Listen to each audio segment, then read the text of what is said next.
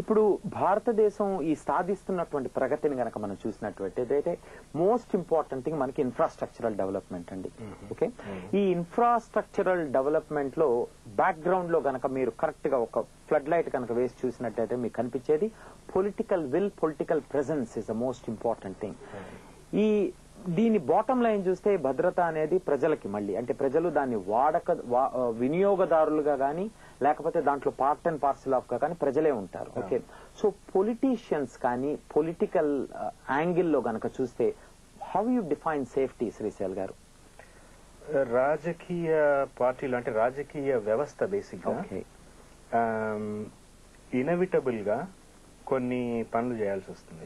అంటే డెవలప్మెంట్ యాంగిల్లో కూడా ఇన్ఫ్రాస్ట్రక్చర్ బిల్డింగ్ అనేది ప్రస్తుతము మీరు చూస్తే దేశంలో చూస్తే ప్రతి రాష్ట్ర ప్రభుత్వం కూడా ఇంకో రాష్ట్ర ప్రభుత్వంతో పోటీపడి బయట నుంచి ఇన్ఫ్రాస్ట్రక్చర్ ప్రాజెక్టుల దగ్గర నుంచి ఎస్ఈజెడ్ల నుంచి పోటీ పడుతూ చేస్తూ వస్తుంది. ఎందుకంటే ఆ ఇన్ఫ్రాస్ట్రక్చర్ బిల్డింగ్ అనేది చాలా ముఖ్యం. ఆ పొలిటికల్ విల్ మీరు చూస్తే అంటే లిబరలైజేషన్ మొదలైన తర్వాత సెంట్రల్ గవర్నమెంట్ ఫోల్డ్ నుంచి స్టేట్స్ బయటపడిన తర్వాత డైరెక్ట్ గా విదేశాలతో వాళ్ళు చర్చలు చేయడం, ప్రాజెక్టులు తెచ్చుకోవడము, రాయబార స్థాయిలో కూడా చర్చలు జరుగుతున్నాయి. సో ఈ పొలిటికల్ విల్ చాలా ఉంది, అది అభివృద్ధికి తోడ్పడుతూ ఉంది, అది వాస్తవమే.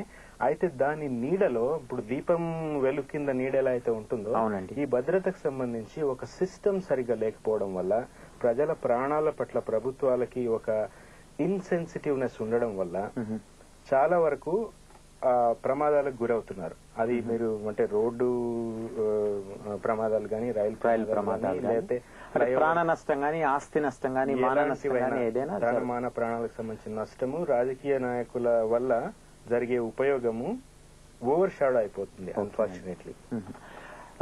రామకృష్ణ గారు, ఇప్పుడు ఈ భద్రత అనేటువంటి విషయాన్ని గనక చూస్తే అంటే at the end of the day మనం రిజల్ట్ అయ్యేది ఈ ప్రాణ నష్టం అండి. ప్రభుత్వాలు అంటే ఇప్పుడు మీరు ఈ వెస్టర్న్ వరల్డ్ లో ఉంటున్నారు చాలా ఏళ్ల నుంచి, మీరు వెస్టర్న్ వరల్డ్ లో you're directly related to health and safety acts and things like that. ప్రభుత్వాలు ఈ ప్రాణ నష్టాన్ని నివారించటంలో ఎట్లాంటి